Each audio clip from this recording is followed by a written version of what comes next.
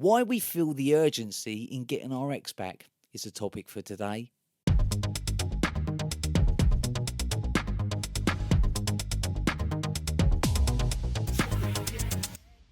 Hello, you wonderful people. It's me again, TopicEx. Thank you for joining me for another upload on YouTube. My YouTube family, hope you're keeping well. Today we are talking about why we feel the urgency in getting our ex back. We're going to try and go through some things and how maybe we can calm our mind and stop us making certain mistakes because we're in a panic to try and get our ex back. But why is the urgency there? One of the main ones is we think they're going to run off the time slot. When we're in a fresh breakup, we believe there's a time slot that we need to get in there quick because they're going to run off in the arms of that person and get married, have babies, and they're going to live happily ever after. So we got to panic now. We've got that urgency to try and get in there before the time slot crashes down on us and we've missed it. And this is where a lot of mistakes are made because we feel that if we don't step in straight away, it's going to be game over for us. That's one of them. The second one is the pain that we feel, the anxiety we feel when our partner or ex-partner leaves us in basically the gutter. You know, we're desperate. We want to get them back. We're anxious now. The pain is too much. And we actually want to soothe our own anxiety. And of course, what causes that anxiety is our ex leaving us. So we want to chase and get that back because we know that if we get our ex back, everything's going to be okay. That can lead to mistakes as well. Don't worry, I will be going on the mistakes that we possibly make and how can we go about preventing this happening. One of the other ones I like to discuss is the fear of change.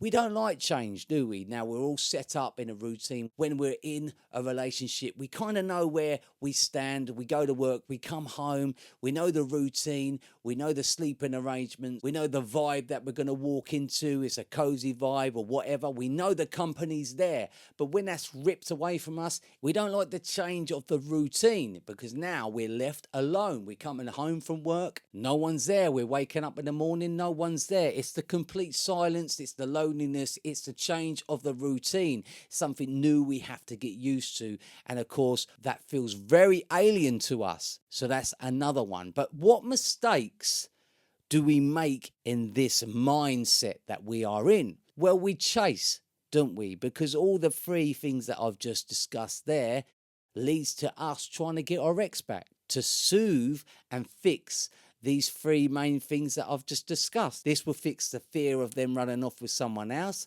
This will fix our pain and anxiety. This will fix the change, the routine, because if we got our ex back, all these things are going to be not there anymore. Our mind is going to be settled down and there's not going to be a problem, right? But there is. And this is why we feel the urgency in getting our ex back as quick as possible. The mistakes that we make is chasing. You know, you've all heard it before. We're begging, we're pleading, we're saying we'd change. We turn up at their works. We're constantly messaging them. Then we convince ourselves that they didn't get that message. And so we double text, we triple text, we're calling on the phone. We're now withholding our number because, hey, guess what? They might answer if they see a no caller ID, right? Let's try that. And we're trying all different stuff. We might use our friend's phone to ring them up. We're trying to get them and trick them into speaking to us because, yes, you've heard it many times before. If we can ring them up or make contact, then we can convince them to come back. All I've got to do is say the right things. But guess what? It hasn't worked before. It's not going to work then. So the mistakes that we make is crucial in the process of when and if your ex does reach out to us. So if you are doing these things that I'm discussing to you and you're feeling in that panic stage or you're feeling what I've just been discussed, that they're going to run off with someone else, and we are making these mistakes, the time slot, if we don't get in there quick enough, it's going to close and we're going to miss the opportunity to get our ex back. I'm going to tell you something right now. Your ex has left you because they want space away from you. This is what it boils down to. And when you're chasing your ex and bombarding them with messages, you're not giving them the space that they need. That's the overall mistake that you guys are possibly making. The urgency in getting your ex back is actually destroying the possibility of your ex coming back to you. But this will feel absolute alien to you because our body and mind is going into shock factor. It wants to be fixed because we don't want to be feeling this way. So we automatically go with our instincts and we chase and try and convince. But the more that you keep yourself in this erratic stage, the less chance that they are going to come back to you. Two reasons really. One, you are not giving them the chance to miss you, to think about you. You're not doing that. The second thing is you're creating so much of a drama. If they ever got to that stage of considering making contact back with you, you've now caused them to think about, if they do make contact with you, are they going to go through the same crap that you gave them before if it doesn't work out? So they may want to reach out to you, but they're scared of, if it doesn't work out, will they have to go through all this crap again? And that is a turn off to them. We don't like hassle. We don't like dramas. So we're not going to put ourselves in a situation where if it doesn't work out, we've got to go through all that rubbish again. So how can we stop it? How can we stop ourselves making these mistakes? How can we stop ourselves feeling this way? Because it's terrible. I know it's terrible. We wish there was a pill we can take and it would all go away. Are we going to be feeling like this forever? How can we control our own emotions? It's stressful time. It's a scary time. We're out of control. We're not in control of our own mind. It's a 24/7 thing. Constantly, we're thinking about our ex. It's torture. But how can we stop this? Guys, I'm going to be very, very honest with you. It's this. Talking to someone who knows what they're on about.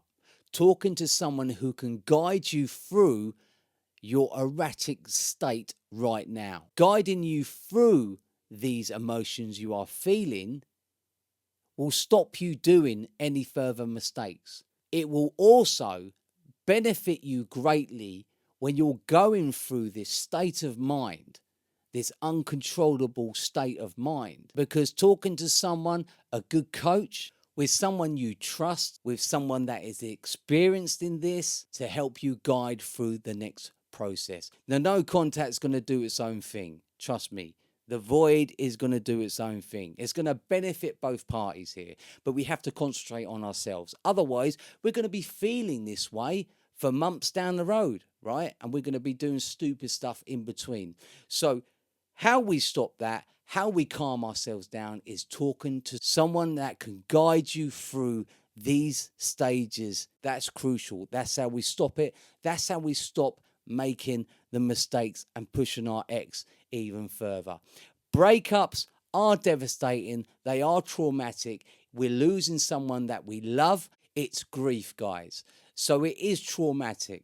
And I take it very, very seriously. So that is how we stop it. That is how we calm ourselves down. So if you are doing these kind of main mistakes and you're finding it hard to pull right away, you're finding it hard to go into no contact, you don't know where to turn, watch loads of videos on YouTube. They're all available, not just mine. There's plenty of other coaches out there. Stick with a coach that you feel comfortable with. Don't bounce around all the time listening to one and the other one's telling you different advice. It's going to be very confusing. Find one you connect with, find one that you feel comfortable with, and work with that.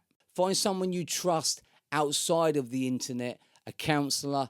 They're everywhere online, guys. But find someone you trust, someone you can talk to, a close friend, family member.